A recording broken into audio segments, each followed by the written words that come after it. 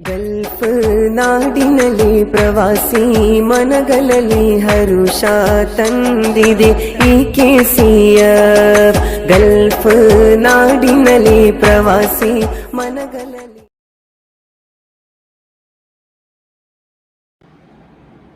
ಬಿಸ್ಮಿಲ್ಲಾಹಿರ್ ರಹ್ಮಾನಿರ್ ರಹೀಮ್. ಅಲ್ಹಮ್ದುಲಿಲ್ಲಾಹಿ ರಬ್ಬಿಲ್ ಆಲಮೀನ್. ಅಸ್ಸಲಾತು ವಸ್ಸಲಾಮು ಅಲಾ ರಸೂಲಿಲ್ಲಾಹ್. ರಬ್ಬಿ ಇಶ್ರಹ್ ಲೀ ಸದ್ರಿ ವಯಸ್ಸಿರ್ ಲೀ ಅಮ್ರಿ ವಹ್ಲುಲ್ ಉಖ್ದತಂ ಮಿನ್ ಲಿಸಾನಿ ಯಫ್ಕಹು ಕೌಲಿ. ಪ್ರಿಯ Bahrain KCF ನಾಯಕರೇ, ಕಾರ್ಯಕರ್ತರೇ,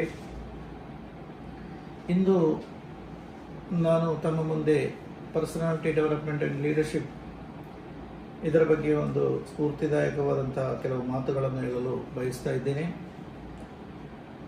Bahrain KCF ರಾಷ್ಟ್ರೀಯ ಸಮಿತಿಯು ಇದರ ಎಜುಕೇಷನ್ ಮತ್ತು ಪಬ್ಲಿಕೇಶನ್ ವಿಭಾಗವು ಕೋವಿಡ್-19 ಎಂಬ ಈ ಮಾರಕ ಕೊರೋನಾ ವೈರಸ್ ಲಾಕ್ಡೌನ್ ಸಂದರ್ಭದಲ್ಲಿ ಕಾರ್ಯಕರ್ತರಿಗೆ ಮತ್ತು ಇನ್ನಿತರ ಮನೆಯಲ್ಲಿ ಕುಳಿತುಕೊಂಡು ಏನು ಮಾಡಬೇಕೆಂದು ತಿಳಿಯದೆ ಇರುವಂತಹ ಈ ಸಂದರ್ಭದಲ್ಲಿ ಬಹ್ರೈನ್ KCF ಬಹಳ ಅತ್ಯುನ್ನತವಾದಂತಹ ಒಂದು ತೀರ್ಮಾನಕ್ಕೆ ಬಂದು ಪ್ರಮುಖ ವಾಗ್ಮಿಗಳಿಂದ ಪ್ರಭಾಷಣೆಗಳನ್ನು, ಅದೇ ಸಮಯದಲ್ಲಿ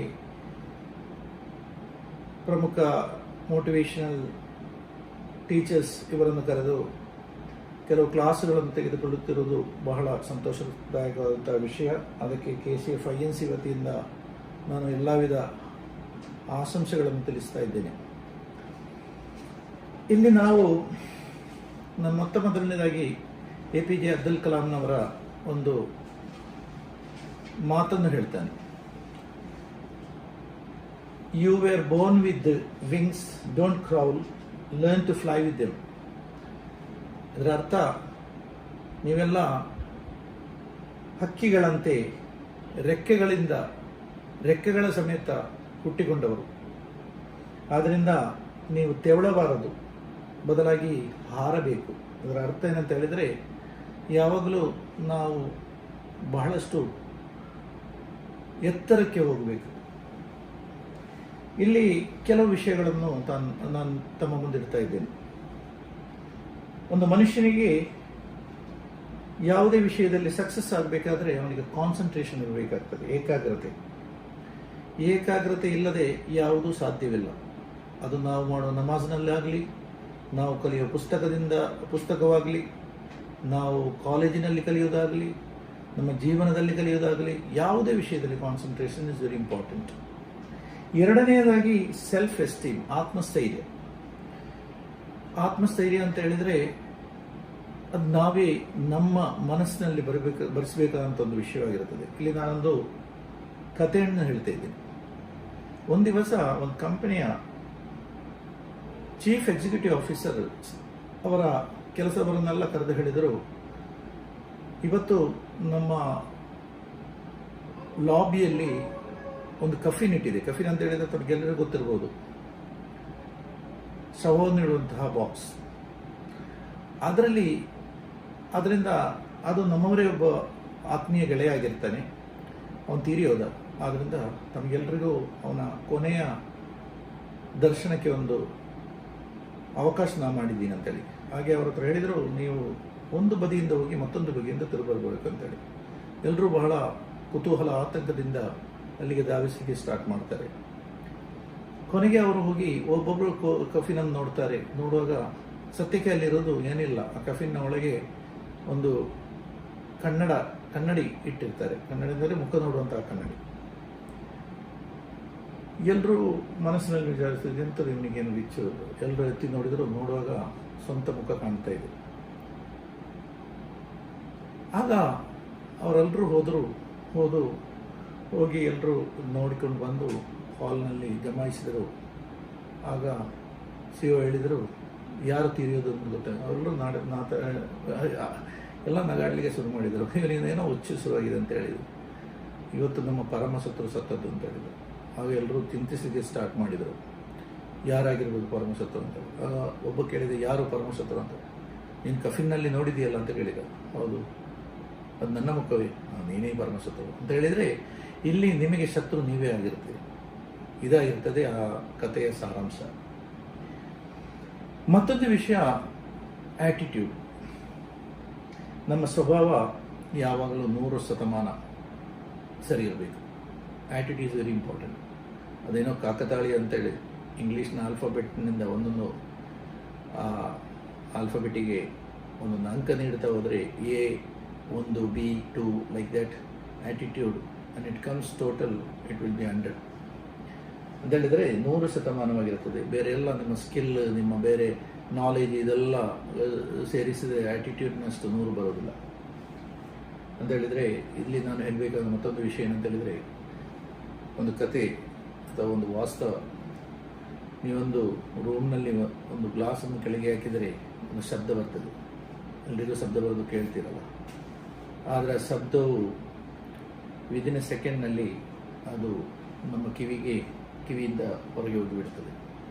ಆದರೆ ಆ ಗ್ಲಾಸ್ ತುಂಡಾದದುಂಟಲ್ಲ, ಆ ತುಂಡು ಚೂರುಗಳು ನಾವು ಯಾವಾಗಲೂ ಆ ಕಡೆಯಿಂದ ಈ ಕಡೆ ಹೋಗುವಾಗ ಅದರ ಒಂದೊಂದು ತುಂಡುಗಳು ನಮ್ಮ ಕಾಲಿಗೆ ಸಿಲುಕಿ ನಮಗೆ ನೋವು ತರ್ತದೆ. ಇದರ ಅರ್ಥ ಏನಂತ ಹೇಳಿದರೆ, ನಾವು ಮಾತನಾಡುವ ಆ ಮಾತು ಗ್ಲಾಸ್ ಬಿದ್ದಾಗ ಬಂದ ಒಂದು ಸೌಂಡ್ ಥರ ಆಗಿರ್ತದೆ. ಆದ್ದರಿಂದ ನಾವು ಮಾತನಾಡುವಾಗ ಮತ್ತೊಬ್ಬರಿಗೆ ಮನಸ್ಸಿಗೆ ಬೇಸರ ಆಗದಾಗೆ ನಾವು ನೋಡಿಕೊಳ್ಳುವುದು ನಮ್ಮ ಕರ್ತವ್ಯ ಆಗಿರುತ್ತದೆ ಮತ್ತು ಅದು ನಮ್ಮನ್ನು ನಾವು ಬೆಲೆ ಇರಿಸುವಂತಹ ಒಂದು ವಿಷಯವಾಗಿರ್ತದೆ. 4ನೇದಾಗಿ ಸೆಲ್ಫ್ ಕಾನ್ಫಿಡೆಂಟ್ ಅಂತ ಹೇಳಿದರೆ ಬಿಲೀವ್ ಇನ್ ಯುವರ್ ಸೆಲ್ಫ್. ಯಾವಾಗಲೂ ನಮಗೆ ಕಾನ್ಫಿಡೆಂಟ್ ಇರಬೇಕಾಗ್ತದೆ. ಇಲ್ಲಿ ಸೆಲ್ಫ್ ಕಾನ್ಫಿಡೆಂಟ್ ಕಮ್ಮಿ ಆಗಲಿಕ್ಕೆ ಮುಖ್ಯವಾದಂಥ ಕಾರಣ ಫಿಯರ್ ಆಗಿರ್ತದೆ. ಫಿಯರ್ ಅಂತ ಹೇಳಿದರೆ ಹೆದರಿಕೆ. ಇದಕ್ಕೆ 2 ಅರ್ಥವಿರ್ತದೆ ಈ ಫಿಯರಿಗೆ. Forget everything and run, face everything and rise. ಇದು ನಮ್ಮ ಕಲ್ಪನೆ ಪ್ರಕಾರವಾಗಿರ್ತದೆ. Face everything and rise and forget everything and run. ಹಾಗೆ ಇದು ಸೆಲ್ಫ್ ಕಾನ್ಫಿಡೆಂಟಿಗೆ ಒಂದು ಕನೆಕ್ಟ್ ಆಗಿರುವಂಥ ಒಂದು ಅಂಶವಾಗಿರ್ತದೆ. ಆದರೆ ಯಾವಾಗಲೂ ಭಯ ಎಂಬುದು ನಮ್ಮಲ್ಲಿ ಇರಬಾರದು. ನಾನು ಕೇಳ್ತೇನೆ, ಜೀವಿಯಲ್ಲಿ ಅತ್ಯುನ್ನತವಾದಂತಹ ಜೀವಿಯಾಗಿರ್ತದೆ ಮನುಷ್ಯ ಜೀವಿ. ಸುಸೈಡ್ ಸರಾಸರಿ ನೋಡಿದರೆ ಹೈಯೆಸ್ಟ್ ಇರೋದು ಮನುಷ್ಯ ಜೀವಿಯಲ್ಲಿ ಆಗಿರ್ತದೆ. ಅದು ಯಾವುದರ ಕಾರಣ? ಹೆದರಿಕೆಯಿಂದ. ಎಕ್ಸಾಮ್ನಲ್ಲಿ ಪಾಸ್ ಆಗೋದು ಅಂತೇಳಿ ಯಾರಿಗೂ ಸಹ ಹೆದರಿಕೆ ಇರೋದಿಲ್ಲ, ಬದಲಾಗಿ ಫೇಲ್ ಆಗೋದು ಅಂತ ಹೇಳಿದರೆ. ಯಾಕೆ ಫೇಲ್ ಆಗಬೇಕು? ಮನುಷ್ಯ ರಾಶಿ ಇಷ್ಟೊಂದು ಉತ್ಕೃಷ್ಟವಾದಂತಹ ಜೀವಿ ಫೇಲ್ ಆಗುವುದು ಅಂತ ಹೇಳಿದರೆ ಸಹಿಸಲಿಕ್ಕೆ ಸಾಧ್ಯ ಇಲ್ಲ. ಅದು ನಮ್ಮಲ್ಲಿರುವಂತಹ ಸೆಲ್ಫ್ ಕಾನ್ಫಿಡೆಂಟ್ ಕಮ್ಮಿ ಆದ ಕಾರಣ, ನಮ್ಮಲ್ಲಿರುವಂತಹ ಸೆಲ್ಫ್ ಎಸ್ಟೀಮ್ ಕಮ್ಮಿ ಆದ ಕಾರಣ, ನಮ್ಮಲ್ಲಿರುವಂತಹ ಕಾನ್ಸಂಟ್ರೇಷನ್ ಕಮ್ಮಿ ಆದ ಕಾರಣ, ನಮ್ಮಲ್ಲಿರುವಂತಹ ನಮ್ಮ ಆ್ಯಟಿಟ್ಯೂಡ್ ಕಮ್ಮಿ, ಎಲ್ಲದರಿಂದ ಆಗಿರುತ್ತದೆ ಫಿಯರ್. ಲೋಕದಲ್ಲಿ ದೊಡ್ಡದಾದಂಥ ಶತ್ರುವಾಗಿರುತ್ತದೆ ಫಿಯರ್. ನಾವು ಯಾವಾಗ ನಮ್ಮ ಫಿಯರ್ ಅಂತ ಹೇಳಿದರೆ ಹೆದರಿಕೆಯನ್ನು ನಾವು ದೂರ ಮಾಡುತ್ತೇವೆ, ಆವತ್ತಾಗಿರ್ತೇವೆ we will be a successful person. ಇಲ್ಲಿ ಸಕ್ಸಸ್ ಅಂತ ಹೇಳಿದರೆ 2 ವಿಷಯ, our effort and Allah's help. ನಾವು ಎಫರ್ಟ್ ಆಗದೆ ಅಲ್ಲಾಹನು ಸಹಾಯ ಮಾಡ್ತಾನಂತ ಹೇಳಿದರೆ ಅದು ಸಾಧ್ಯವಿಲ್ಲ. ನಾವು ಎಫರ್ಟ್ ಆಗಬೇಕು. ಒಂದು ದಿವಸ ರಸೂಲ್ ಸಲ್ಲಲ್ಲಾಹು ಅಲೈಹಿ ವಸಲ್ಲಂ ಸಹಾಬ ಕೇಳಿದರು, ನಾನು ನನ್ನ ಒಂಟೆಯನ್ನು ನಮಾಜಿಗೆ ಬರುವಾಗ ನಾನು ನನ್ನ ಒಂಟೆಯನ್ನು ಅಲ್ಲಿ ಬಿಟ್ಟು ಬಂದಿದ್ದೇನೆ, ಸರಿ ಅಲ್ವಾ? ನಾನು ನಮಾಜ್ ಮಾಡ್ತೇನೆ, ಅಲ್ಲಾಹನು ಕಾಪಾಡ್ತಾನಲ್ಲ ಅಂತ ಕೇಳುವಾಗ ರಸೂಲ್ ಸಲ್ಲಲ್ಲಾಹು ಅಲೈಹಿ ವಸಲ್ಲಂ ಹೇಳಿದರು, ಅದನ್ನು ಕಟ್ಟಿ ಬಾ ಅಂತೇಳಿ. ಅದಾಗಿರ್ತದೆ. ನಾವು ನಮ್ಮ ಜವಾಬ್ದಾರಿಯನ್ನು ನಿರ್ವಹಿಸಬೇಕು, ನಂತರ ನಾವು ಅಲ್ಲಾಹನಲ್ಲಿ ಬೇಡಿಕೊಳ್ಬೇಕು. ಇವಾಗ ಒಂದು ಕತೆ ನನಗೆ ನೆನಪಾಗ್ತಾ ಇದೆ. ಒಂದು ದಿವಸ ಹಿಮಾಲಯ ತಪ್ಪಲಲ್ಲಿ ಒಂದು ಬಸ್ ಡ್ರೈವರ್ ಅವನು ಒಂದು ಯಾತ್ರಾ ಸಂಘವನ್ನು ಸೇರಿದುಕೊಂಡು ಹಿಮಾಲಯ ತೋರಿಸಲಿಕ್ಕೆ ಹೋಗ್ತಾನೆ.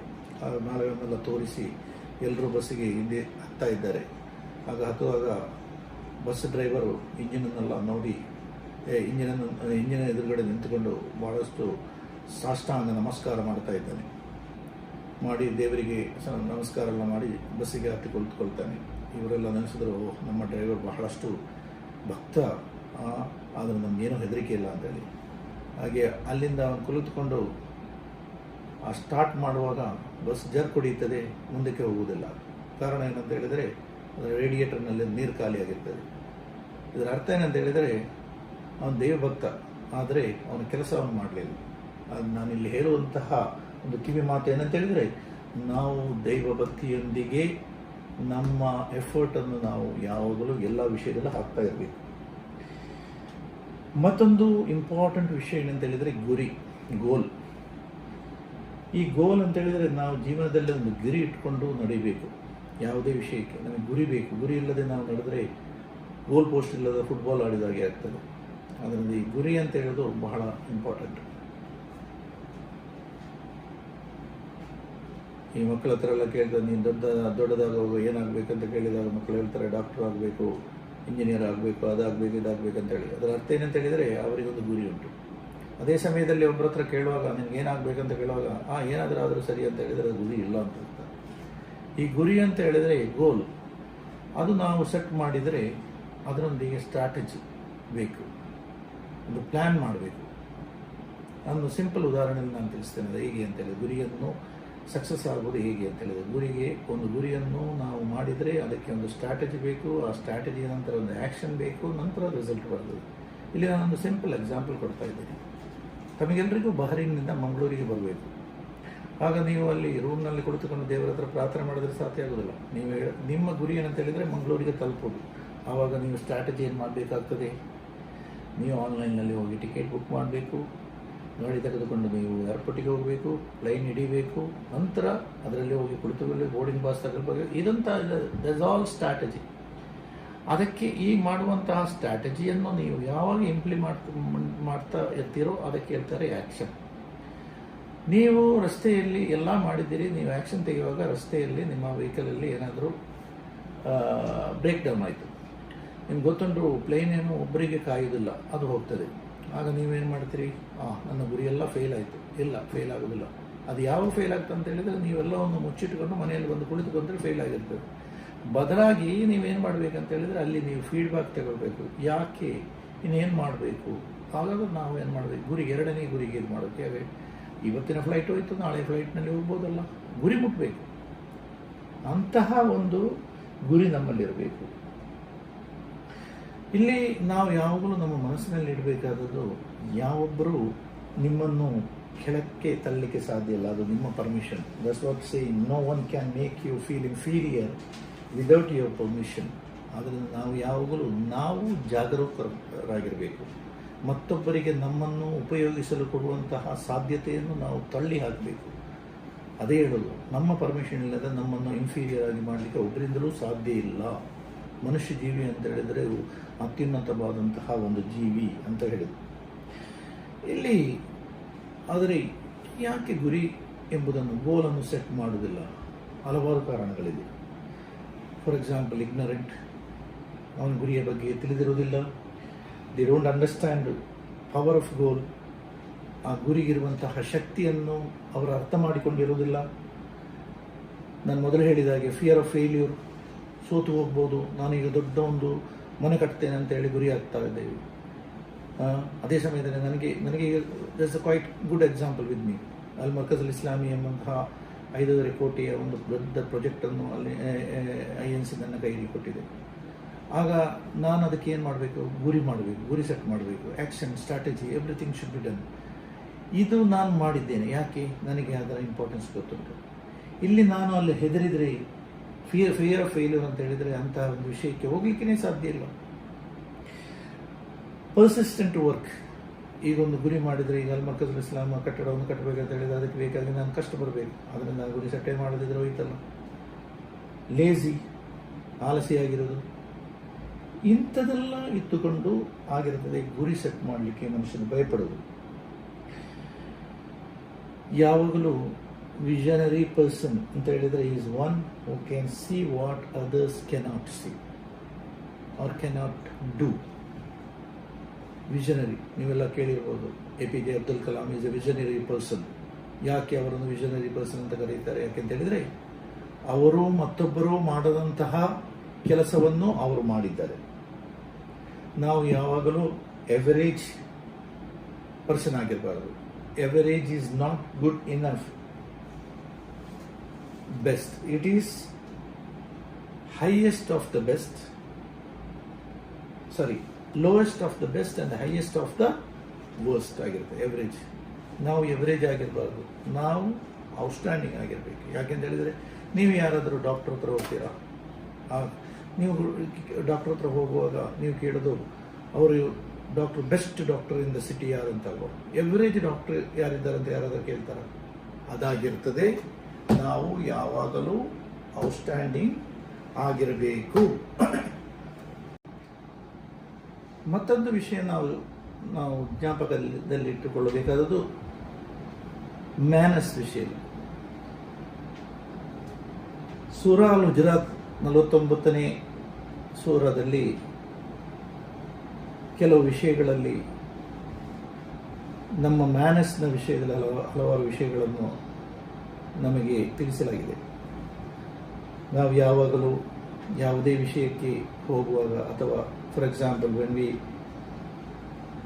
ಇವಾಗ ವಾಟ್ಸಪ್ ಯುಗ, ಏನು ಬಂದರೂ ಅದನ್ನು ಫಾರ್ವರ್ಡ್ ಮಾಡೋದು.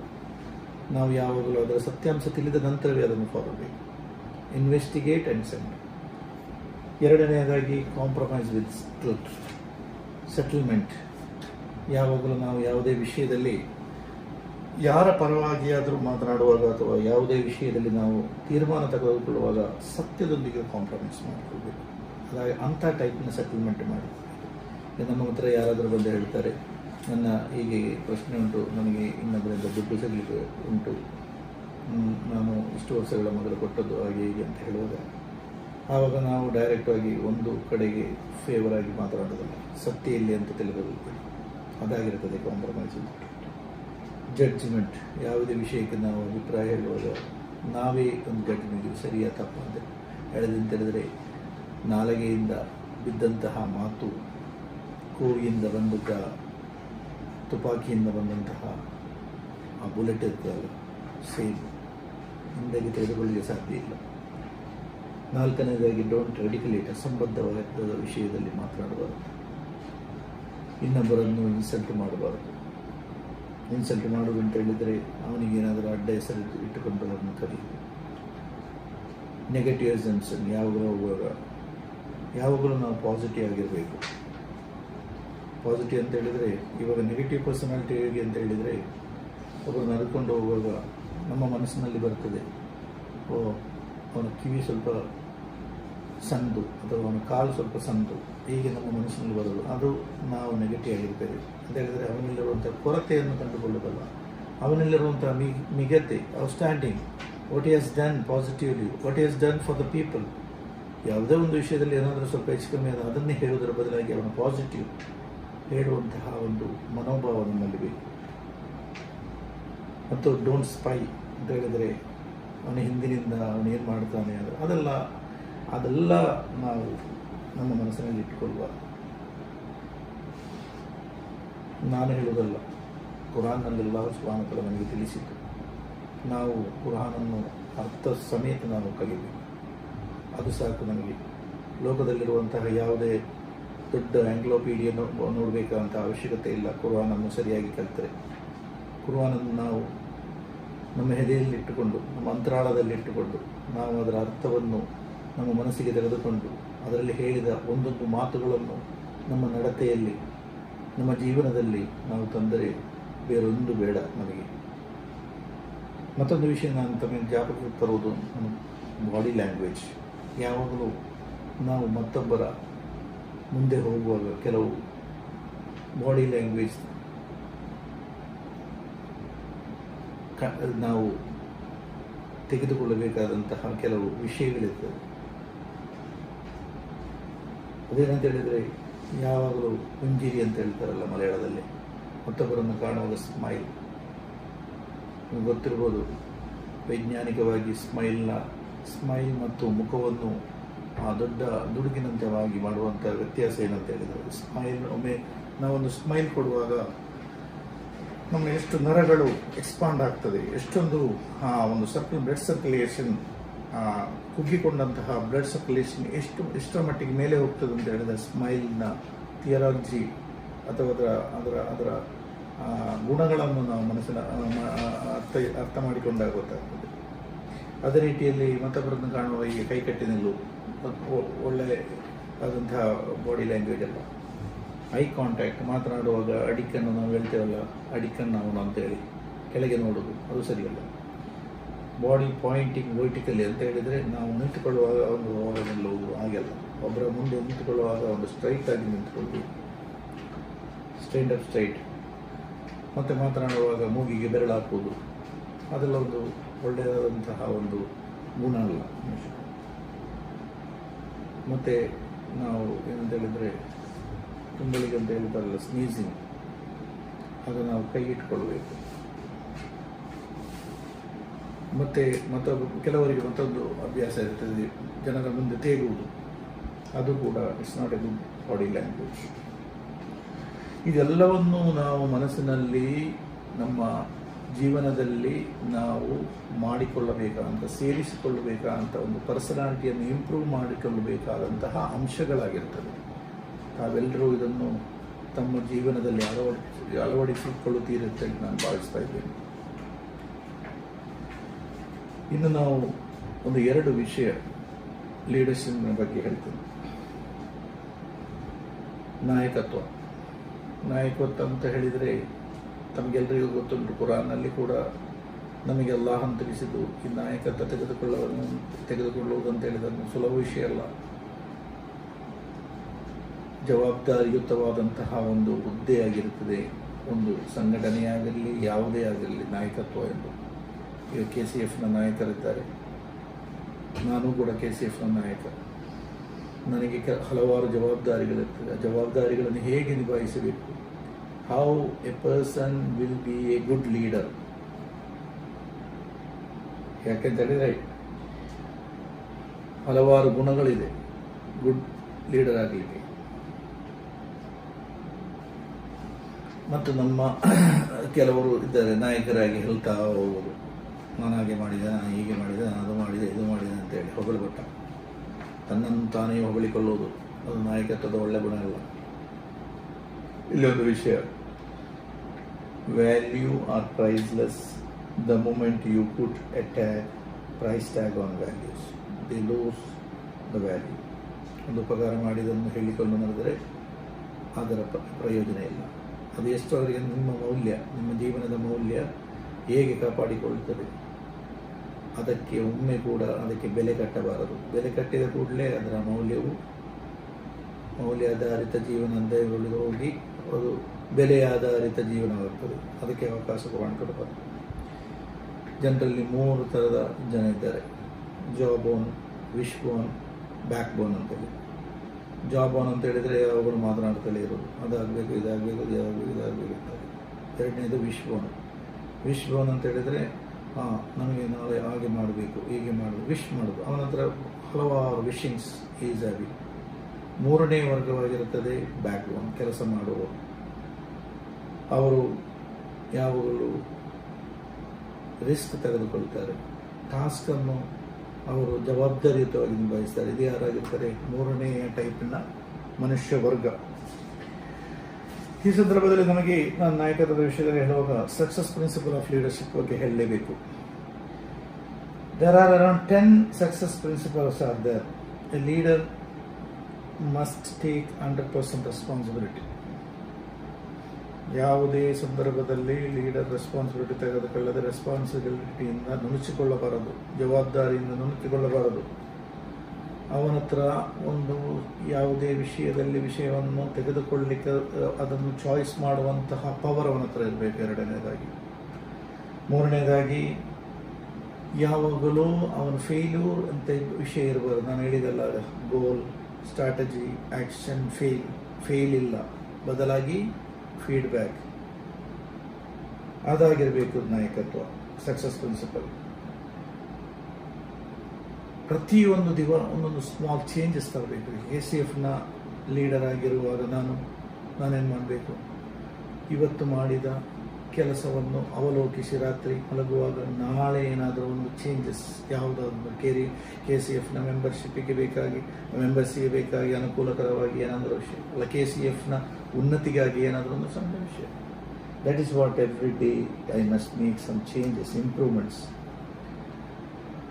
ಮತ್ತೊಂದು ಇಂಪಾರ್ಟೆಂಟ್ ವಿಷಯ, ಕ್ರಿಯೇಟ್ ಪ್ಯಾಷನ್ ಇರಬೇಕು, ಅದರಲ್ಲಿ ಆಸಕ್ತಿ ಇರಬೇಕು ನನಗೆ.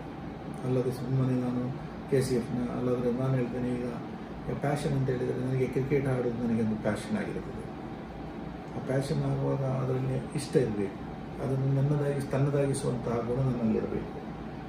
Love and respect myself, ನನ್ನನ್ನು ನಾನು ಪ್ರೀತಿಸಬೇಕು ನಾಯಕನಾಗಿ. ಹ್ಯಾವ್ ಗೋಲ್, ನಾನು ಹೇಳಿದೆಲ್ಲ ಎಲ್ಲ ವಿಷಯದಲ್ಲೂ ಗೋಲ್ ಅಂತ ಹೇಳಿದ ಒಂದು ಇಂಪಾರ್ಟೆಂಟ್ ವಿಷಯ ಆಗ್ತದೆ. ನಾಯಕತ್ವ ಆಗಲಿ ಅಥವಾ ಆಫೀಸರ್ ಆಗಲಿ ಅಥವಾ ಒಂದು ಸಾಮಾನ್ಯ ಮನುಷ್ಯರಾಗಲಿ ಅವನಿಗೆ ಒಂದು ಗೋಲ್ ಬೇಕಾಗ್ತದೆ. ನಾನು ಮಾಡುವಂತಹ ಕೆಲಸವನ್ನು ನಾನು ಎಂಜಾಯ್ ಮಾಡಬೇಕು, ರಸಕರವಾಗಿರಬೇಕು. ನಾನು ನೆನೆಸ್ಬೇಕು KCF ಲೀಡರ್ ಆಗಿ ನಾನು I am enjoying to work as a KCF member ಆಗಿರಬೇಕು. KCF ಎಂಬ ಒಂದು ಸಂಘಟನೆಯನ್ನು ಮೇಲೆ ಕೊಂಡಬೇಕಾಗಬೇಕು. ಅದು ಮಾತ್ರವಲ್ಲ, ತಮ್ಮನ್ನು ಕೂಡ ತಾವು ಮೇಲೆ ಹೋಗಬೇಕು. ಆಗ ನಾವೇನು ಮಾಡಬೇಕು, ನಮ್ಮದಾಗಿಸಬೇಕು. ಯಾರಾದರೂ ಬಂದು ಹೇಳ್ತಾರೆ ನಿಂದ KCF ಅಂತ ಕೇಳುವಾಗ ನೀವು ಹೇಳೋದಲ್ಲ, ಹೌದು ಹೌದು ಅಂತ ಹೇಳೋದಲ್ಲ, ಅದರ ಬದಲಾಗಿ ನೀವು ಅದಕ್ಕೆ ಡಿಫೆಂಡ್ ಮಾಡಬೇಕು. ನಿಮ್ಮ ಮಕ್ಕಳನ್ನು ಯಾರಾದರೂ ನಿಮ್ಮ ಮುಂದೆ ಬಂದು ಬೈಯುವಾಗ ನೀವು ಹೇಳ್ತೀರಿ, ಒಂದು ಬೈಲಿಕ್ಕೆ ಬಿಡ್ತೀರಾ? ಇಲ್ಲಲ್ಲ, ಅವ್ನು ನನ್ನ ಮಗು ಹಾಗೆ ಹೀಗೆ ಅಂತ ಅವನ ಹಾಗೆ ಮಾಡಲಿಕ್ಕಿಲ್ಲ ಅಂತಹ ಒಂದು, that is what called take leadership, take ownership ಅಂತೇಳಿ. ಮತ್ತೊಂದು ವಿಷಯ, believe myself, in self and capacity. ನನ್ನಲ್ಲಿ ನನಗೆ ವಿಶ್ವಾಸ ಇರಬೇಕು ಮತ್ತು ನನ್ನ ಶಕ್ತಿ, ಕೆಪಾಸಿಟಿಯ ಅದರ ಬಗ್ಗೆ ನನಗೆ ನನ್ನ ವಿಶ್ವಾಸ ಇರಬೇಕು. ಈ ಇಷ್ಟೊಂದು ಗುಣಗಳು ಇದ್ದರೆ leadership will be a successful. ಮತ್ತೊಂದು ವೆರಿ ಇಂಪಾರ್ಟೆಂಟ್ ಈಸ್ ಪ್ರಾಮಾಣಿಕತೆ. ಅವನು ಪ್ರಾಮಾಣಿಕವಾಗಿ ನಾನು ಹೇಳುವಂಥ ಒಂದೊಂದು ಮಾತುಗಳನ್ನು ನಾನು ಪ್ರಾಮಾಣಿಕವಾಗಿ ಹೇಳಬೇಕು, ಅಲ್ಲದೆ ಜಸ್ಟ್ ಫಾರ್ ಅ ಶೋ ನಾನು ಮಾಡಬಾರದು. That is not always it's a bad for. ಇಲ್ಲೊಂದು ಕತೆ ಹೇಳ್ತಾನೆ ನಾನು. ಒಂದು CEO, ಅವರ ರಿಟೈರ್ಮೆಂಟ್ ಏಜ್ ಆಯಿತು, ಟಾಮ್ ಡಿಕ್ ಅಂತೇಳಿ. ಅವರೊಂದು ದೊಡ್ಡ ಮಲ್ಟಿನೇಷನಲ್ ಕಂಪನಿಯ ಒಂದು CEO ಆಗಿದ್ದರು. ಅವರಿಗೆ ತನ್ನ ಉತ್ತರಾಧಿಕಾರಿಯನ್ನು ಚಾಯ್ಸ್ ಮಾಡಬೇಕು. 1 ವರ್ಷದ ಸಮಯಾವಕಾಶ ಇದೆ. ಹಾಗೆ ಅವರು ನೆನೆಸಿದ್ರು, ಏನು ಮಾಡೋದು ಯಾರನ್ನು ಅಂತ ಹೇಳಿದರೆ ಎಲ್ಲ ಅವರ ಏನಂತಾರೆ ಅಂತ ಹೇಳಿದರೆ ಅವರ ಟೀಮ್ ಅಂತ ಹೇಳಿದರೆ ಎಕ್ಸ್ಟೆಂಡೆಡ್ ಮ್ಯಾನೇಜ್ಮೆಂಟ್ ಟೀಮಲ್ಲಿ ಎಲ್ಲರೂ ಬಹಳಷ್ಟು ಕಲಿತವರು, ಎಕ್ಸ್ಟ್ರಾರ್ಡಿನರಿ ಪರ್ಸನಾಲಿಟಿ ಆಗಿರ್ತಾರೆ. ಯಾರನ್ನು ಚೂಸ್ ಮಾಡಬೇಕಂತ ಹೇಳಿದ್ರೆ ಬಹಳ ಕಷ್ಟ. ಆಗ ಅವರು CEO ಏನು ಮಾಡಿದರು, ಎಲ್ಲರ ಹತ್ರ ಒಂದು ಬೀಜ ಕೊಟ್ಟು ಹೇಳಿದರು, ಸೀಡ್ ಕೊಟ್ಟು ಹೇಳಿದರು, ಇದನ್ನು ನೀವು ಮನೆಯಲ್ಲಿ ಕೊಂಡು ಹೋಗಿ ಇದನ್ನು ನೀವು ಬಿತ್ತಿ ಇದನ್ನು ಒಂದು ಸುದೃಢವಾದಂತಹ ಸಸಿ ಮಾಡಿ ನನಗೆ ಬರುವ ವರ್ಷ ಇದೇ ದಿವಸ ಇಲ್ಲಿಗೆ ತರಬೇಕು. ಯಾರು ಏನು ಮಾಡ್ತಾರೋ ಅದರ ಮೇಲೆ ಇರ್ತದೆ, ಹೇಗೆ ಅದನ್ನು ನನಗೆ ಹಿಂದಿರುಗಿ ತರ್ತಿರೋ ಆ ರೀತಿಯಲ್ಲಿ ಅದರ ಮೇಲೆ ಆಗಿರ್ತದೆ. Next CEO will be selected ಅಂತೇಳಿ ಎಲ್ಲರೂ ಬಹಳ ಚಿಂತಿಸಲಿಕ್ಕೆ ಶುರು ಮಾಡಿದರು. ಮನೆಯಲ್ಲಿ ಹೋಗಿ ಹೇಳಿದರು, ಪತ್ನಿ ಹತ್ರ ಹೇಳಿದರು, ಅಮ್ಮನ ಹತ್ರ ಹೇಳಿದರು, ನಮಗೆ ಹೀಗೆ CEO ಚಾನ್ಸ್ ಸಿಗ್ತದೆ, ಈ ಬೀಜವನ್ನು ಬಿತ್ತಿ ನಾವು ಮರ ಮಾಡಿಕೊಡ್ಬೇಕಂತೇಳಿ. ಬಹಳ ದೊಡ್ಡ ಮರ ಮಾಡಿಕೊಟ್ರೆ ನಮಗೆ CEO ಪೋಸ್ಟ್ ಸಿಗ್ಬೋದು ಅಂತೇಳಿ ಎಲ್ಲರೂ ಬಿತ್ತಿದರು. ಕಾಲಕ್ರಮೇಣ 1 ವರ್ಷ ಕಳೆಯಿತು. ಆ ದಿವಸ ಬಂತು. ಎಲ್ಲರೂ ಬರುವಾಗ ದೊಡ್ಡ ದೊಡ್ಡ ಸಸಿಯನ್ನು, ಕೆಲವರು ಹಣ್ಣಾಗಿದೆ, ಕೆಲವರು ಹೂವಾಗಿದೆ, ಬೇರೆ ಬೇರೆ ಟೈಪ್ ಇತ್ತು, ಒಂದಕ್ಕಿಂತ ಮಿಗಿಲಾದಂಥ. ಅಲ್ಲಿರುವಂಥದ್ದು ಫಿಲಿಪ್ ಎಂಬ ಒಂದು ಒಬ್ಬ ಸ್ಟಾಫು ಆ ಬೀಜವನ್ನು ಮಾತ್ರ ತೆಗೆದುಕೊಂಡು ಬರ್ತಾನೆ. ಎಲ್ಲರೂ ಅವನನ್ನು ನೋಡಿ ಹೇಳಲಿಕ್ಕೆ ಶುರು ಮಾಡಿದರು, ಎಂಥ ಮರ, ಇವನೊಂದು ಬೀಜ ಕೊಟ್ಟು ಆ ಬೀಜವನ್ನು ತೆಗೆದುಕೊಂಡು ಬಂದಿದ್ದಾರೆ ಅಂತ. ಆಗ CEO ಎಲ್ಲರನ್ನು ಕರೆದು ಕಾನ್ಫರೆನ್ಸ್ ಹಾಲಿಗೆ ಕರೆದರು. ಎಲ್ಲರ ಗಿಡಗಳನ್ನು ನೋಡಿದರು, ಬೆನ್ನು ತಟ್ಟಿದರು, ಶಹಬಾಷ ಹೇಳಿದರು. ಕೊನೆಗೆ ಫಿಲಿಪ್ನ ಹತ್ರ ಬಂದು ನೋಡಿದರು, ಆ ಕೈಯಲ್ಲಿ ಬೀಜ ಇತ್ತು. ಅವನು ನೋಡಿದಾಗ ಅವನಿಗೆ ಒಂದು ಥರ ಮುಖದಲ್ಲಿ ಒಂದು ಧೈರ್ಯ ಮತ್ತು ಕಾನ್ಫಿಡೆನ್ಸ್ ತೋರಿಸ್ತಾ ಇದ್ದಾರೆ. ಅವನು ನೋಡಿ ಬೆನ್ನು ತಟ್ಟಿ ಹೇಳಿದರು, you are selected as a next CEO of this company ಅಂತ ಹೇಳಿ. ಎಲ್ಲರೂ ಭಯಂಕರ ಆಶ್ಚರ್ಯ ಆಯಿತು, ಅದೇನಂತ. ಆಗ ಅವರ ತಪ್ಪು ಅರಿವಾಯಿತು. ಅಲ್ಲಿ ನಡೆದದ್ದು ಏನಂತ ಹೇಳಿದರೆ, ಅವರಿಗೆ ಕೊಟ್ಟಂಥ ಬೀಜ, ಎಲ್ಲರಿಗೂ ಕೊಟ್ಟ ಬೀಜ ಅಂತ ಬೇಯಿಸಿದ ಬೀಜ. ಎಲ್ಲರಿಗೂ ಗೊತ್ತುಂಟು, ಒಂದು ಬೀಜವು ಬೇಯಿಸಿದರೆ ಅದು ಮೊಳೆಯುವುದಿಲ್ಲ ಅಂತೇಳಿ. ಇವರೇನು ಮಾಡಿದ್ದಾರೆ ಅಂತ ಹೇಳಿದರೆ, ಪ್ರಾಮಾಣಿಕತೆಯನ್ನು ಮರೆತು ಅಂಗಡಿಯಿಂದ ಹೋಗಿ ಬೀಜವನ್ನು ತಂದು ಬಿತ್ತಿ ಅದಕ್ಕೆ ನೀರು ಹಾಕಿ ಎಲ್ಲ ಮಾಡಿ ಖರ್ಚು ಮಾಡಿ ಅದನ್ನು ತೆಗೆದುಕೊಂಡು ಬಂದಿದ್ದಾರೆ. ಅದಾಗಿರ್ತದೆ ಪ್ರಾಮಾಣಿಕತೆಗೆ ಇರುವಂತಹ ಬೆಲೆ. ನಾವು ಪ್ರಾಮಾಣಿಕರಾಗಿರಬೇಕು. ಏನಾದರೂ ಮಿಸ್ಟೇಕ್, ತಪ್ಪು ಮಾಡಿದರೆ ಅದನ್ನು ಅಡಗಿಸಿಡುವುದಲ್ಲ, ಅದನ್ನು ಹೇಳಿ ತೋರಿಸಬೇಕು. ಈಗ KCFಗೆ ಒಂದು ಟಾಸ್ಕ್ ಕೊಟ್ಟರು, ನಮ್ಮ ಅಧ್ಯಕ್ಷರು ಇಲ್ಲಿ ಜಮಾಲ್ ಬಾಯಿ ಅವರು ಒಂದು ಅಧ್ಯಕ್ಷರು ಏನಾದರೂ ಒಂದು ಟಾಸ್ಕ್ ಕೊಟ್ಟರು, ಇಂಥ ದಿವಸದಲ್ಲಿ ಹೀಗೆ ಮಾಡಬೇಕು, ಇದರ ರಿಸಲ್ಟ್ ತರಬೇಕಂತ. ತಾವು ಕೆಲವರು ಏನು ಮಾಡ್ತಾರೆ ಅಂತ ಹೇಳಿದರೆ, ಇದು ಯಾಕೆ ಮಾಡಬೇಕು, ಬಿಟ್ಬಿಡುವ, ಅಲ್ಲಾದ್ರೆ ನಾಳೆ ಮಾಡುವ, ಹಾಗೆ ಏನಾದರೂ ಒಂದು ಎಕ್ಸ್ಕ್ಯೂಸ್ ತಗೊಳ್ತಾ ಇರ್ತಾರೆ. ಅದು ಪ್ರಾಮಾಣಿಕತೆ ಆಗಿರೋದಿಲ್ಲ. ನಮಗೆ ಯಾವ ಟಾಸ್ಕ್ ಕೊಟ್ಟರೋ ಅದು ಯಾಕೆ ಕೊಟ್ಟಿದ್ದಾರೋ ಅದನ್ನು ನಾವು ಬೆಲೆ ಇರಿಸಿಕೊಂಡು ಅದನ್ನು ರಿವ್ಯೂ ಮಾಡಿ ಅದಕ್ಕೆ ಬೇಕಾದಂಥ ಪ್ರಾಮಾಣಿಕತೆಯ ನೆಲೆಯಲ್ಲಿ ನಾವು ವರ್ತಿಸಬೇಕು. ನಾವು ಯಾರಿಗೆ ತೋರಿಕೆಗೆ ಬೇಕಾಗಿ ನಾವು ಕೆಲಸ ಮಾಡಿ ಕಾರ್ಯ ಇಲ್ಲ. ನಾವು KCF ಅಂತ ಹೇಳಿದರೆ ಒಂದು ರೋಲ್ ಮಾಡೆಲ್ ಆರ್ಗನೈಸೇಷನ್ ಆಗಿರ್ತದೆ. ಅದರ ಸದಸ್ಯರು ಕೂಡ ರೋಲ್ ಮಾಡೆಲ್ ಆಗಿರ್ತದೆ. ಮತ್ತೊಬ್ಬರಿಗೆ ನಮ್ಮಿಂದ ತಿಳಿಯಲಿಕ್ಕೆ ಬಹಳಷ್ಟು ಇದೆ. ಅಂಥ ಒಂದು ಅವಕಾಶ ಮಾಡಬೇಕು. ಬಹರೈನ್ನ ಬಗ್ಗೆ ಬಹಳಷ್ಟು ಕೇಳಿದ್ದೇನೆ, ಬಹಳಷ್ಟು ಸಂತೋಷವಾಗ್ತದೆ. ನಮ್ಮೆಲ್ಲರ ವೆಲ್ಫೇರ್ ಆ್ಯಕ್ಟಿವಿಟೀಸ್ ಮಾಷಾ ಅಲ್ಲಾ, ಇವಾಗ ನಡೆಸುವಂತಹ ಈ ಆನ್ಲೈನ್ ಕ್ಲಾಸ್, ಇದು ಕೂಡ ಒಂದಕ್ಕಿಂತ ಒಂದು ಮಿಗಿಲಾದಂತಹ ಕಾರ್ಯಕ್ರಮಗಳು. ಅದು ಜಮಾಲ್ ಬಾಯಿಯವರ ಒಬ್ಬರ ಒಂದು ಏನು ಹೇಳ್ತೀರಿ ಶಕ್ತಿ ಪ್ರದರ್ಶನ ಅಲ್ಲ, ತಾವೆಲ್ಲ ಒಂದುಗೂಡಿಕೊಂಡು ದ ಟೀಮ್ ಎಫರ್ಟ್ ಅಂತ ಹೇಳಿ ನಾನು ಬಯಸ್ತಾ ಇದ್ದೀನಿ. ಎಲ್ಲರೂ ಇಲ್ಲಿ ಅಂತ ಹೇಳಿದರೆ, ಇಲ್ಲಿನ ನಾಯಕರು ಅಂತ ಹೇಳಿದರೆ ದ ಟಾಪ್ ಮೋಸ್ಟ್ ನಾಯಕರು, ನಮ್ಮ ಬಹರೈನಿ ಸಿಟಿಸನ್ ಕೂಡ ನಮ್ಮ ನಾಯಕರಾಗಿರ್ತಾರೆ. ಬಹಳಷ್ಟು ಸಂತೋಷವಾಗ್ತದೆ. Ali Musliyar, one of the best INCಯ ವೆಲ್ಫೇರ್ ಪ್ರೆಸಿಡೆಂಟ್, ಯಾವಾಗಲೂ ನನಗೆ ಬಹಳಷ್ಟು ಗೌರವವಿರುವಂತಹ ಒಂದು ವ್ಯಕ್ತಿತ್ವ. ಸಂತೋಷವಾಗ್ತದೆ ಅವರ ಹತ್ರ ಮಾತನಾಡೋದು. ಮನೆಗೆ ಬಂದಿದ್ದರು, ಮಗ ಕೂಡ ಬಂದಿದ್ದರು ಮಾಷಾ ಅಲ್ಲಾ. ಆಫಿದ್ ಬಹಳಷ್ಟು ದೊಡ್ಡ ಹುದ್ದೆಯಲ್ಲಿದ್ದಾರೆ, ಮಕ್ಕಳೆಲ್ಲ ಚೆನ್ನಾಗಿದ್ದಾರೆ. ಅಲ್ಲಾಹನು ದೀರ್ಘಾಯುಷ್ಯದಲ್ಲಿ ಆಫಿಯತ್ ನೀಡಲಿ ಅಂತ ಪ್ರಾರ್ಥಿಸ್ತಾ ಇದ್ದೇನೆ. ಅದೇ ರೀತಿ ಬಹಳಷ್ಟು ನಾಯಕರಿದ್ದಾರೆ, ಬಹಳಷ್ಟು ಸಂತೋಷ. ಬಶೀರ್ ಕಾರ್ಲ್, ಕರೀಮ್, ಕೆಲವು ವಿಷಯ ನಮ್ಮ ಜನರಲ್ ಸೆಕ್ರೆಟರಿ ಅವರು ಮಾಷಾ ಅಲ್ಲಾ, ಟ್ರೆಸರರ್ ಅವರು, ಎಲ್ಲರೂ ನಾನು ಹೆಸರು ಹೇಳೋದಿಲ್ಲ. ಹೆಸರು ಹೇಳುವಾಗ ಕೆಲವರಿಗೆ ಬೇಸರ ಆಗ್ತದೆ. ಮತ್ತೊಂದು ವಿಷಯ ಲೀಡರ್ಸ್ನ ಬಗ್ಗೆ, ಪಾಸಿಟಿವ್ ಕ್ವಾಲಿಟೀಸ್ ಆಫ್ ಲೀಡರ್ಸ್ ಅಂತ ಹೇಳಿದರೆ ಅದರ ಬಗ್ಗೆ ಹೇಳಬೇಕಾದದ್ದು, ನಾವು ಕ್ವಾಲಿಟಿ, ಸ್ವಭಾವ ಅಥವಾ ಒಂದು ಲೀಡರ್ಸ್ನ ಗುಣಗಳು, ಪಾಸಿಟಿವ್ ಗುಣಾತ್ಮಕವಾದಂತಹ ಗುಣಗಳು. ಒಂದು, ಈ ಮಸ್ಟ್ ಬಿ ಶೋ ಅಪ್ ಅಂತ ಹೇಳಿದರೆ ಯಾವಾಗಲೂ ಒಂದು ನಾಯಕ ಮುಂದೆ ಇರಬೇಕು, ಕಾಣಲಿಕ್ಕೆ ಸಿಗಬೇಕು, ಕೇಳಬಾರದು. ಈಗ ಕೆಲವು ಎಂಪಿಗಳಂತ ಹೇಳಿದರೆ ಒಂದು ಪ್ರದೇಶದ ನಾಯಕರಾಗಿರ್ತಾರೆ. ಅವರು ಆ ಪ್ರದೇಶಕ್ಕೆ ಬರದ ಇರುವಾಗ ನೀವು ನೋಡಿರ್ಬೋದು, ಕೆಲವು ಕಾಣೆಯಾಗಿದ್ದಾರೆ ಸೋ ಅಂತೇಳಿ ಪತ್ರದಲ್ಲಿ ಬರುವುದು, ಗೋಡೆಯಲ್ಲಿ ಪೋಸ್ಟರ್ ಹಾಕುವುದು, ಇದೆಲ್ಲ ಯಾವುದರಿಂದ ಆಗೋದು ಅಂತ ಹೇಳಿದರೆ ಅವರು ಕಾಣಿಸ್ಕೊಳ್ಳೋದು. ನಾಯಕರ ಒಂದು ಗುಣಾತ್ಮಕವಾದಂತಹ ಒಂದು ಸ್ವಭಾವ ಆಗಿರುತ್ತದೆ ಶೋ ಅಪ್. ಎರಡನೆಯದು ಸ್ಪೀಕಪ್ ಅಂತ ಹೇಳಿದರೆ ದೊಡ್ಡ ಬೊಬ್ಬೆ ಹಾಕಿ ಮಾತನಾಡೋದು ಅಂತ ಹೇಳಿ ಅಲ್ಲ. ಪವರ್ ಆಫ್ ವಾಯ್ಸ್, ಅವರು ಮಾತನಾಡುವಾಗಂತ ಅವರ ಮಾತಿಗೆ ಒಂದು ದೊಡ್ಡ ಬೆಲೆ ಇರ್ತದೆ, ಶಕ್ತಿ ಇರ್ತದೆ. ಪವರ್ ಆಫ್ ವಾಯ್ಸ್ ಅದಾಗಿರ್ತದೆ ಸ್ಪೀಕಪ್. ಅದೊಂದು ನಾಯಕರ ಗುಣವಾಗಿರ್ತದೆ. ಲುಕಪ್ ಅಂತ ಹೇಳಿದರೆ ಮೇಲೆ ನೋಡುವುದು ಅಂತ ಹೇಳಿ ಅಲ್ಲ ಅರ್ಥ.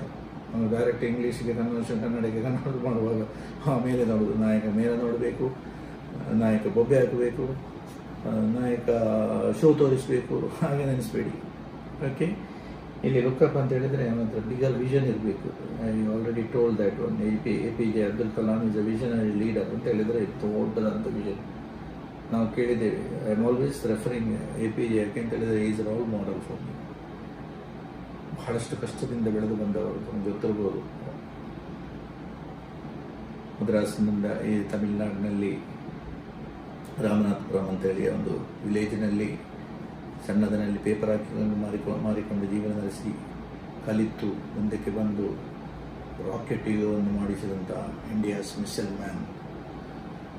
ಹೋಗಿ ಎಲ್ಲಿಗೆ ಮುಟ್ಟಿದರು? ರಾಷ್ಟ್ರಪತಿ ಭವನಕ್ಕೆ. ಸಿಂಪಲ್, ಬಹಳ ಪ್ರಾಮಾಣಿಕ ವ್ಯಕ್ತಿತ್ವ ಅದಾಗಿರುತ್ತೆ. ನಾಯಕರ ಗುಣವನ್ನು ಅರ್ಥ ಮಾಡಿಕೊಳ್ಳಬೇಕಾದರೆ APJ ಅಬ್ದುಲ್ ಕಲಾಂನ ಜೀವನ ಚರಿತ್ರೆಯನ್ನು ಓದಿದರೆ ಸಾಕು, ಬೇರೆ ಒಂದು ಪುಸ್ತಕ ಓದಬೇಕಾದಂಥ ಅವಶ್ಯಕತೆ ಇಲ್ಲ. ನಮ್ಮ ಈಗಿನ ವಿಷಯ ಮತ್ತು ನಮ್ಮ ಎಲ್ಲವೂ ಆದಂತಹ ಮತ್ತು ಮುಹಮ್ಮದ್ ಮುಸ್ತಫಾ ಸಲ್ಲಲ್ಲಾಹು ಅಲೈಹಿ ವಸಲ್ಲಂ ಅವರ ಜೀವನ ಚರಿತ್ರೆಯನ್ನು ಓದಿದರೆ ಎಲ್ಲ ವಿಷಯ, ಅಲ್ಲಿ ನಾಯಕತ್ವ ಮಾತ್ರ ಅಲ್ಲ, ಎಲ್ಲ ವಿಷಯ A to Z ಅದೆಲ್ಲ ಹೇಳಿದ್ದು. ಯಾವುದು ವಿಶ್ವ ಕಂಡಂತಹ ಒಬ್ಬನೇ ಒಬ್ಬ ಶ್ರೇಷ್ಠ ನಾಯಕತ್ವ ಅಂತ ಹೇಳಿದರೆ ಪೈಗಂಬರ್ ಮುಹಮ್ಮದ್ ಮುಸ್ತಫಾ ಸಲ್ಲಲ್ಲಾಹು ಅಲೈಹಿ ವಸಲ್ಲಂ. ಇಲ್ಲಿ ಮತ್ತೊಂದು ವಿಷಯ ಹೇಳುವುದೇನಂತ ಹೇಳಿದರೆ ಟೀಮ್ ಅಪ್. ನಾಯಕರಿಗೆ ಒಂದು ಗುಣ ಇರಬೇಕು, ಪಾಸಿಟಿವ್ ಕ್ವಾಲಿಟೀಸ್ ಅಂತ ಹೇಳಿದರೆ ಪಾರ್ಟ್ನರ್ಶಿಪ್ಪಲ್ಲಿ ಹೋಗೋದು. ಯಾವಾಗಲೂ ನಾನು ಒಬ್ಬನೇ ಮಾಡುವುದು ಅಂತ ಹೇಳಿಕೊಂಡು ಹಿಡಿದುಕೊಂಡು ಬ್ಯಾಗ್ ಹಿಡಿದುಕೊಂಡು ಹೋಗೋದಲ್ಲ, ಒಂದು ಟೀಮ್ ಆಗಿ ಯಾವಾಗಲೂ ಕರ್ತವ್ಯ ಇರಬೇಕು. ಅದಾಗಿರ್ತದೆ ಒಂದು ಪಾಸಿಟಿವ್ ಗುಣ ಮತ್ತು ಆ ಲೀಡರ್ಸ್ನ ಸಕ್ಸಸ್ ಆಗಿರ್ತದೆ. 5ನೇದು never give up, change strategy. ನಾನು ಹೇಳಿದೆಲ್ಲ, ಗೋಲ್ ಮಾಡಬೇಕು, ಪುನಃ ಹೇಳ್ತಾ ಇದ್ದೇನೆ, goal, then you go for the strategy, then you go for the action, then the result never be failure but feedback. ಇಲ್ಲಿ ಕೂಡ ನೆವರ್ ಗಿವ್ ಅಪ್ ಅಂತ ಹೇಳಿದರೆ, ಒಂದು ವಿಷಯ ಹೋಯ್ತಂತೇಳಿ ತಮಗೆಲ್ಲ ಥಾಮಸ್ ಆಲ್ವಾ ಎಡಿಸನ್ನ ಕತೆ ಗೊತ್ತಿರ್ಬೋದು, ಬಲ್ಬ್ ಕಂಡುಹಿಡಿದವರು. ಅವರು ಒಂದು ಬಲ್ಬಿಗೆ ಸಕ್ಸಸ್ ಆಗಬೇಕಾದರೆ 1000 ಬಲ್ಬುಗಳನ್ನು ಹೊಡೆದು ಚೂರು ಚೂರಾಗಿತ್ತು. ಯಾಕೆಂದರೆ ಈ could not succeed by one. ಅವರ ಅಂತಹ ಒಂದು strategy, never give up attitude ಇರಬೇಕು ನಾಯಕರಲ್ಲಿ. ಲಿಫ್ಟ್ ಅದರ್ಸ್ ಅಪ್ ಅಂತ ಹೇಳಿದರೆ, ತಮ್ಮ ಈ KCFನಲ್ಲಿ ಯಾರಾದರೂ ಒಂದು ಒಳ್ಳೆ ಕೆಲಸ ಮಾಡಿದರು ಅಥವಾ ಒಂದು ನಾಯಕತ್ವದಲ್ಲಿ ಅವರು ಮುಂದೆ ಬರುವಂತಹ ಎಲ್ಲ ಗುಣಗಳಿದೆ, ಅವರದ್ದು ನಾವು ಅಪ್ರಿಸಿಯೇಟ್ ಮಾಡಿ ಆ ಸ್ಥಾನವನ್ನು ತೆಗೆದುಕೊಳ್ಳಲಿಕ್ಕೆ ಅನುವು ಮಾಡಿಕೊಡುವ ಅಂತಹ ಸ್ವಭಾವ ಯಾರಲ್ಲಿರಬೇಕು? ನಾಯಕರಲ್ಲಿ ಇರಬೇಕು. ಅಲ್ಲದೆ ನಾನೇ ಯಾವಾಗಲೂ ಪ್ರೆಸಿಡೆಂಟ್ ಆಗಿರಬೇಕು, ನಾನೇ ಯಾವಾಗಲೂ ಸೆಕ್ರೆಟರಿ ಆಗಿರಬೇಕು ಅಂತೇಳಿ ನೆನೆಸಬಾರದು. ಲಿಫ್ಟ್ ಅದರ್ಸ್ ಅಪ್ ಅಂತೇಳಿ ಆವಾಗ ಆಗಿರ್ತದೆ ಒಂದು ಆರ್ಗನೈಸೇಷನ್ ಡೆವಲಪ್ ಆಗೋದು. ತಾವೆಲ್ಲ ನೋಡಿರ್ಬೋದು, ಕೆಲವು ಆರ್ಗನೈಸೇಷನ್ ಇರ್ತದೆ, ಅವರು 1947 ಪ್ರೆಸಿಡೆಂಟ್ ಆದವರು ಇವರಿಗೂ ಕೂಡ ಪ್ರೆಸಿಡೆಂಟ್. ಆ ಆರ್ಗನೈಸೇಷನ್ ಅಲ್ಲಿ 1947 ಹೇಗಿತ್ತು ಹಾಗೆ ಇವಾಗ ಕೂಡ. ಯಾಕಂತ ಹೇಳಿದ್ರೆ ಬದಲಾವಣೆಗಳಿಲ್ಲ. ಜೀವನದಲ್ಲಿ ಬದಲಾವಣೆ ಬೇಕು, ಲೋಕದಲ್ಲಿ ಬದಲಾವಣೆ ಬೇಕು, ವಸ್ತುವಿನಲ್ಲಿ ಬದಲಾವಣೆ ಬೇಕು, ಎಲ್ಲವೂ ಬೇಕು. ನಮಗೆ ಗೊತ್ತಿರ್ಬೋದು, ಕೆಲವು ವಿಶ್ವದ ಮಹಾ ಕಂಪನಿಗಳು ಮುಚ್ಚಿ ಹೋಗಲು ಕಾರಣ ಏನು? They did not bring the innovation. ಬದಲಾವಣೆ ತರಲಿಲ್ಲ. ಕಾಲಕ್ಕೆ ತಕ್ಕಂತೆ ಬದಲಾವಣೆಗಳನ್ನು ತರಬೇಕು. ಅಂತಹ ಒಂದು ಗುಣ ಕೂಡ ಬೇಕು. ಈ 6 ಗುಣಗಳು, show up, speak up, look up, team up, never give up, lift others up, ಇದು ನೀವು ಮೈಗೂಡಿಸಿಕೊಳ್ಳುತ್ತಿದ್ದರು ಮತ್ತು ನಿಮ್ಮ ಲೀಡರ್ಶಿಪ್ನಲ್ಲಿ ಕ್ವಶನ್ ಬರಲಿಕ್ಕಿಲ್ಲ, ಪ್ರಶ್ನೆಗಳು ಬರಲಿಕ್ಕಿಲ್ಲ. ಮತ್ತೆ ಇಲ್ಲಿ ನಾನು ಮತ್ತೊಮ್ಮೆ ನೆನಪಿಸುವುದು ಪುಸ್ತಕ ಓದುವ ಬಗ್ಗೆ. ಕುರಾನ್ ಯಾವಾಗಲೂ ನಾವು ಓದ್ತಲೇ ಇರಬೇಕು. ದಿವಸದಲ್ಲಿ ಕಡಿಮೆ ಪಕ್ಷ ಅಂತ ಹೇಳಿದ್ರೆ ಒಂದು 5 ಪೇಜ್ ಆದರೂ ಕೂಡ ಕುರಾನ್ ಓದ್ತಲೇ ಇರಬೇಕು. ಅದು ರೂಢೀಕರಿಸಿಕೊಳ್ಳಬೇಕು. ಯಾವಾಗಲೂ ಕುರಾನನ್ನು, ನಾನೊಂದು ಕತೆ ಕೇಳಿದೆ, ಕತೆ ಎಲ್ಲ ವಾಸ್ತವವಾಗಿರ್ತದೆ. ಟೀಚರ್ ಹೇಳ್ತಾರೆ ಮಕ್ಕಳ ಹತ್ರ, ನೀವು ಮನೆಯಲ್ಲಿ, ಇಲ್ಲಿ ನಾವು ಲೈಬ್ರರಿ ಮಾಡ್ತೇವೆ ಸ್ಕೂಲಲ್ಲಿ, ಸಣ್ಣ ಒಂದು ಲೈಬ್ರರಿ, ನೀವು ಮನೆಯಲ್ಲಿ ಓದದ ಪುಸ್ತಕಗಳಿದ್ದರೆ ನೀವು ತರಬೇಕಂತ, ನಾಳೆ ತರಬೇಕಂತ, ತಮ್ಮ ಮನೆಯಲ್ಲಿ ತಮ್ಮ ಪೇರೆಂಟ್ಸ್ ಹತ್ರ ಕೇಳಿ ತರಬೇಕಂತೇಳಿ. ನೆಕ್ಸ್ಟ್ ಡೇ ಬರುವಾಗ ಮಕ್ಕಳೆಲ್ಲ ಬೇರೆ ಬೇರೆ ದೊಡ್ಡ ಪುಸ್ತಕಗಳು ತಂದರು. ಒಂದು ಮಗು ಕುರಾನ್ ತಂದರು. ಟೀಚರಿಗೆ ಭಾರಿ ಆಶ್ಚರ್ಯವಾಯಿತು. ಆಗ ಹೇಳಿದರು, ನಮ್ಮ ಮನೆಯಲ್ಲಿ ಬಾಕಿ ಎಲ್ಲ ಪುಸ್ತಕ ಓದ್ತಾರೆ, ಈ ಪುಸ್ತಕ ಓದುವುದೇ ಇಲ್ಲ ಅಂತ ಹೇಳಿ ತಾಯಿ ಹೇಳಿದರು. ಅದರಿಂದ ನಾನು ತೆಗೆದುಕೊಂಡು ಬಂದೆ ಅಂತ. ಅಂತಹ ಒಂದು ಅವಸ್ಥೆ ನಮ್ಮ ಮನೆಯಲ್ಲಿರಬಾರದು. ಕುರಾನನ್ನು ಮನೆಯಲ್ಲಿರಬಾರದು, ಅದು ಓದಬೇಕು. ಬಹಳಷ್ಟು ಪುಸ್ತಕಗಳನ್ನು ನಾವು ಓದಬೇಕು. ಪುಸ್ತಕದಿಂದ ಜ್ಞಾನವನ್ನು ಅಧಿಗೇರಿಸಬೇಕು. ನಮ್ಮ ಹತ್ರ KCF ಹತ್ರವಿದೆ ಗಲ್ಫ್ ಇಶಾರ, ಅದನ್ನು ಕೂಡ ಓದಬೇಕು. ಅದು ಕೇವಲ ಗಲ್ಫ್ ಇಶಾರಕ್ಕೆ ಮೆಂಬರ್ ಆಗಲಿಕ್ಕೆ ಬೇಕಾಗಿ 50 ರೂಪಾಯಿ 50 ದಿನಂ ಕೊಟ್ಟು ಅಥವಾ 50 ರಿಯಾಲ್ ಕೊಟ್ಟು ಅಥವಾ 5 ಬಹರೇನಿ ದಿನಾಂಕ ಕೊಟ್ಟು ತೆಗೆದುಕೊಳ್ಳುವುದಲ್ಲ. ಬದಲಾಗಿ ಅದನ್ನು ಪುಸ್ತಕದ ಒಂದೊಂದು ಅಕ್ಷರಗಳನ್ನು ಓದಬೇಕು. ಹಲವಾರು ಮೋಟಿವೇಶನಲ್ ಪುಸ್ತಕ ಇದೆ. 7 habits of highly effective people ಅಂತ ಸ್ಟೀವನ್ ಕೋವೆ ಬರೆದಂಥ ಪುಸ್ತಕ ಇದೆ, ಅದು ಓದಬೇಕು. Wings of fire, APJ Abdul Kalam ಅವರ ಆತ್ಮಚರಿತ್ರೆ, ಅದು ಓದಬೇಕು.